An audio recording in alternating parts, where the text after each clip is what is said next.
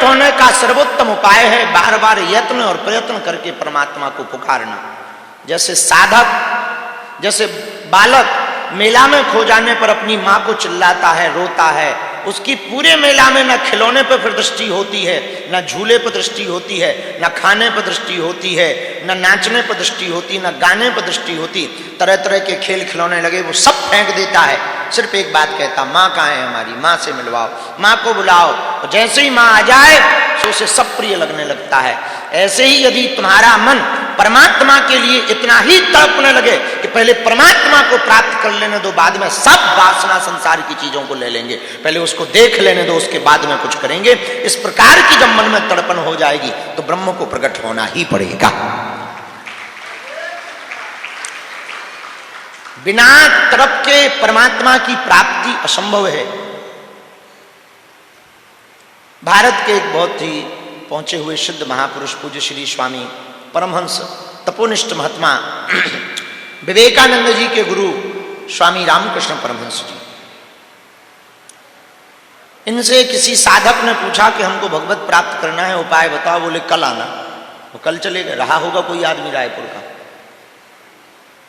उन्होंने कहा लो, अब आज के लिए कहा था कि आज आना, हम बताएंगे भगवान को प्राप्त करने का उपाय। लो हम आ गए, बताओ। बोले चलो नदी। इनको लगा कि स्नान विस्नान करवाएंगे, चलो स्नान करने गए। बोले चलो नदी में आ जाओ। नदी में आ गया। बोले अब बताओ। बोले डुबकी लगाओ। उसने नाक पकड़ी, डुबकी लगाई। जैसे ही डुबकी लगाई सो परमहंस जी ऊपर बैठ गए। अब लगा वो फड़फड़ाने, हाथ पांव फटकारे। जब स्वामी रामकृष्ण परमहंस जी को लगा कि चला ना जाए सो छोड़ दिया, तो वो फुर करता हुआ बाहर आया और खूब जोर जोर से श्वास ली 3-4 बार। अब बोला पहले तो हमको डाउट था कि आप पागल हो, अब कंफर्म हो गया।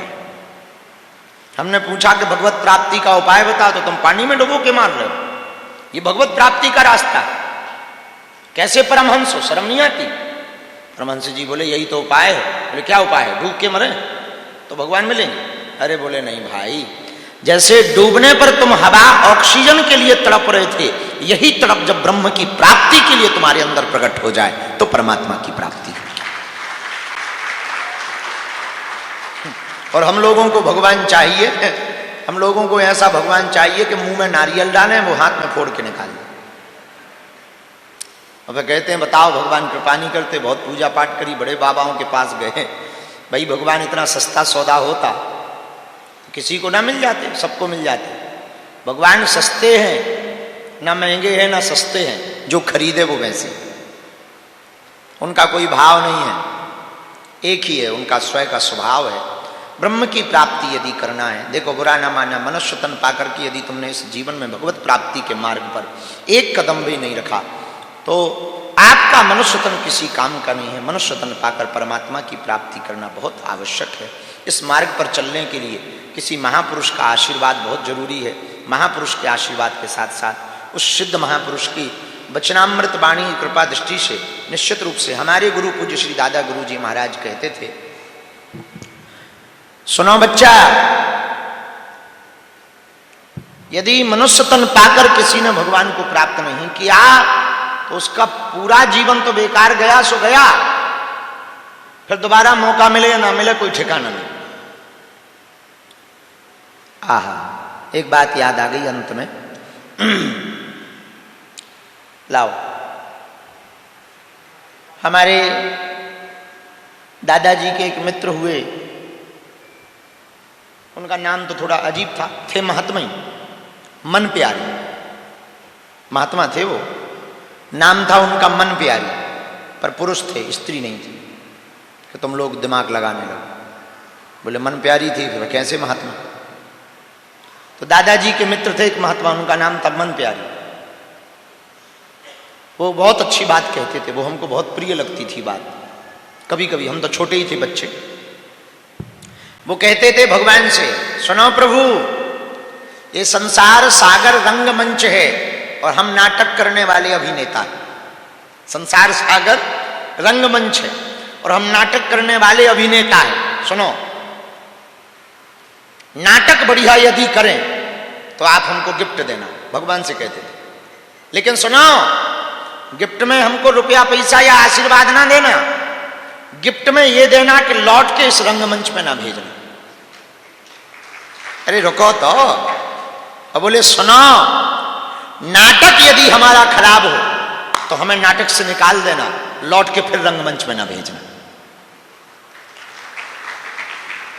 संसार सागर रंगमंच है और शरीर अभिनेता है।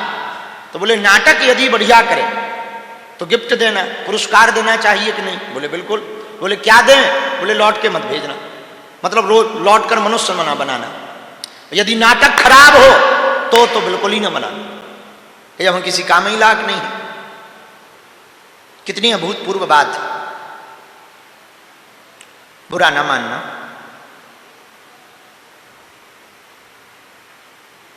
आप ना, आपको मांगने का मौका मिलता तो 2 कौड़ी की वस्तुएं मांग लेते हैं, 2 कौड़ी की। भगवान की नजर में भाई इज्जत भी 2 ही कौड़ी की वस्तु। क्या मांगते? मकान, दुकान, लड़का, लड़की, लुगाई, बस हो गया काम।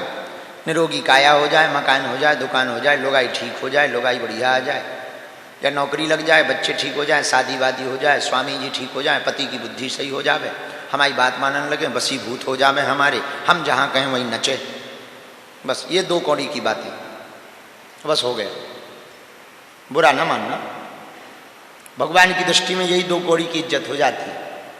हमसे कोई पूछे कि चलो अब आप ही बताओ क्या मांगना चाहिए, हम बता देते हैं। सुनो, भगवान से मांगने का या किसी महापुरुष से मांगने का मौका मिले ना, एक ही बात मांगना।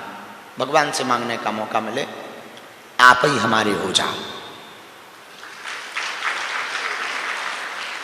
बैंक अपने बाप को हो जाए तो एटीएम कौन डाले? बैंक अपने बाप को हो जाए। हमारे एक अच्छे महात्मा हैं, फक्कड़ हैं वीतराज, उनका कोई खाता वाता नहीं। तो हमने उनसे पूछा कोई बैंक खाता है? बोले हम केवल खाता है, कोई खाता नहीं। खाता है, कोई खाता नहीं। तो हमने कहा फिर आगे का सिस्टम कैसे चलेगा? बोले सुनो शास्त्री जी, गांठी बंधन वे करें जिनके राम ना होए। गांठी में बांधकर कल की व्यवस्था वो करें जिनके राम जी ना हो। हम आए तो हैं, हमने कहा कि चाहिए क्या? बोले कुछ नहीं चाहिए, दे एक चीज में काम, 2 रोटी मिल जाए, भोजन मिल जाए, कपड़ा कोई दे दे तो ठीक है, नहीं तो नागा बाबा बन जाएंगे। तो हमने कहा ऐसा क्यों? बोले वाह, आए भी तो नागा ही थे, तो बन गए तो क्या दिक्कत है? हम कहा बात तो तुम्हारी सही है। ऐसे भी लोग हैं, बताओ, उनको कोई टेंशन नहीं है। अब जिन पे कपड़े हैं उन्हें अलग टेंशन है। कंपनी को पेंट हो गए, फिर कंपनी को चश्मा होए, आगे को लोगों हमने एक चश्मा कंपनी को पहन लो, इतना बवाल भरो। हमें तो बाद में पता लोगों बड़ो महंगो होता। तो जिनके हैं चश्मा वे कंपनी यहाँ मरे जा रहे।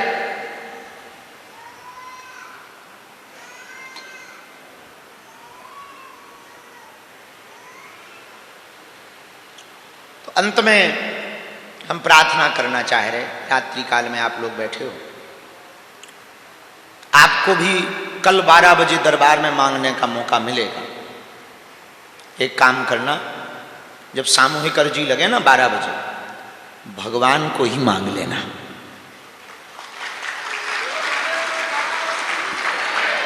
हनुमान जी को ही मांग लेना, झंझट खत्म। को बार बार अर्जी लगाए, पर्चा बनवाए, को धक्का मुक्का खाए। हमेशा के लिए बालाजी तुम हमारे हो जाओ। आप तो कहियो ही ना।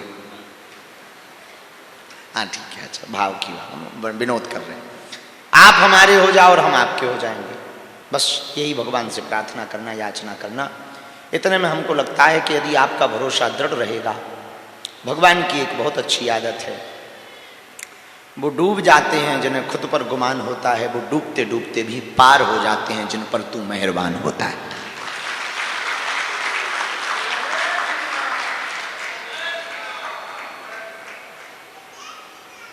और बुरा ना मानिए, बनावटी ढंग चाहे जितना कर लो, एक ना एक दिन पोल तो खुलेगी।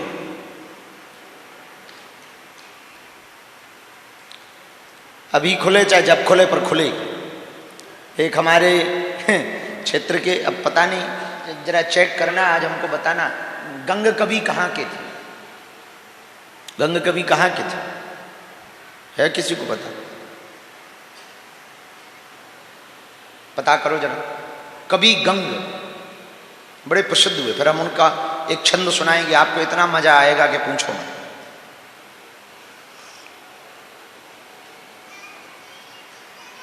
छिंकानाम है, इटावा उत्तर प्रदेश बुंदेलखंड का लगा हुआ ही क्षेत्र है, बॉर्डर पे है। ब्रिज बुंदेलखंड के बीच में जगह है इटावा। इटावा के कवि हुए गंग। गंग बड़े अद्भुत कवि हुए महाराज जी।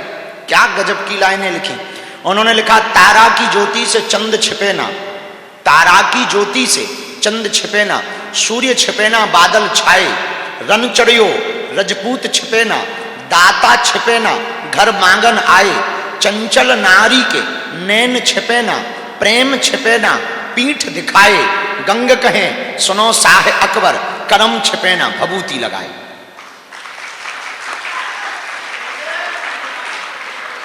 गंग कहे सुनो साहे अकबर, करम छिपे ना भभूति लगाए। भभूति लगाए करम नहीं छिपते हैं।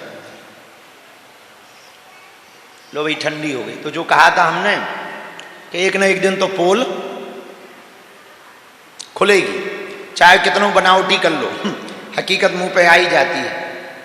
एक घर में एक आदमी मेहमान आने थे, उनकी नाक बहुत बड़ी थी, तो पत्नी ने अपने बच्चे को पति से कहा कि मेहमान से कुछ रुपया लेना है, पर यदि उनकी कोई नाक की चर्चा कर ले तो वो नाराज हो जाते हैं। तो बच्चे को समझाया, सुन नाक मत पूछना। लड़का थोड़ा चंचल था, वो कुछ भी ऐसी वैसी बात पूछ लेता था। बोले नाक मत पूछना, बाकी सब पूछना। 3-4 दिन लड़के को खूब पीटा कि सुन नाक मत पूछना। वैसे तो बच्चे को ध्यान नहीं रहता, पर वो 3 दिन से इसी बात पे हैरान है कि नाक किससे नहीं पूछना। इतने में मेहमान आई गए, तो उनकी इतनी बड़ी नाक कि सच में बड़ी नाक थी, चेहरे में कुछ था ही नहीं नाक के अलावा, आंखें एकदम घुसी वही थी। अब बच्चा को लगा कि माताजी ने डांटा तो है कि हाथ पांव तोड़ देंगे यदि नाक के बारे में पूछा, और देखा तो वो देखे तो पर टेढ़ी निगाह, लेकिन इतनी टेढ़ी गड़ा के कि वो और कुछ देखे ही ना, टेढ़े में नाक ही देखे। बोले तभी माताजी रोक रही थी कि नाक मत पूछना। अब माताजी का बड़ा दिमाग खराब। माताजी हर बार भोजन रखने आवे, ये करने आवे, वो करने, पानी देने आवे, बच्चा की तरफ देखें कि देख रहा है। हमने कहा था कि नाक मत देखना, फिर भी टेढ़ी निगाह से देखेगा। जाने दो मेहमान को, हाथ पांव तोड़ेंगे, इसकी खलरिया चमड़ी उतारेंगे, हम बताते हैं। अब वो एकदम, जो मेहमान था वो भी शर्म से हैरान कि भाई ये देख भी रहा है और ठीक से देख भी नहीं रहा, टेढ़ी निगाह है। तो पूछा कि भाई टेढ़ी निगाह क्यों है? बोले नहीं माताजी ने रोका है, हम तुम्हारी तरफ देख नहीं सकते। तो अब और जो भीतर वो और भड़बड़ानी कि अब जाने ही दो मेहमान को, अब अंतिम चाय का समय आया, चाय लेकर के आई कि अब बस अब जाने ही वाले मेहमान, अब बताते हैं। और जैसे ही चाय रखी, शक्कर लेके आई, तो मेहमान से ही पूछ लिया, बताओ आपकी नाक में कितनी शक्कर डाल दें? अब उन्हें ध्यान आया, हे राम क्या बोल गए। तो भाई वो बोलना नहीं ऐसा चाह रही थी, पर नाक ही नाक, नाक ही नाक, नाक ही नाक। 3 दिन से वही चल रही थी, नाक ही नाक, नाक ही नाक। सब्जी बनाते समय भी नाक ही नाक, पूरी परोसते समय नाक ही नाक, नाक ही नाक, नाक। तो वो नाक निकल गई मुझसे। तो ऐसी प्रकार सत्य होता है, जितना बार तुम चिंतन करोगे वो अंत तो गत्वा बाहर निकल ही जाएगा। तो पोल एक दिन खुल ही जाएगी, ये पक्का है। सियावल रामचंद्र की। किसी के कोई आध्यात्मिक प्रश्न हो तो पूछ लो 2-4, फिर भभूति बांट दो। आध्यात्मिक पूछना कि पेट को दर्द, पड़ोसी को दर्द पूछने लगो, बच्ची को दे दो। हे भगवान,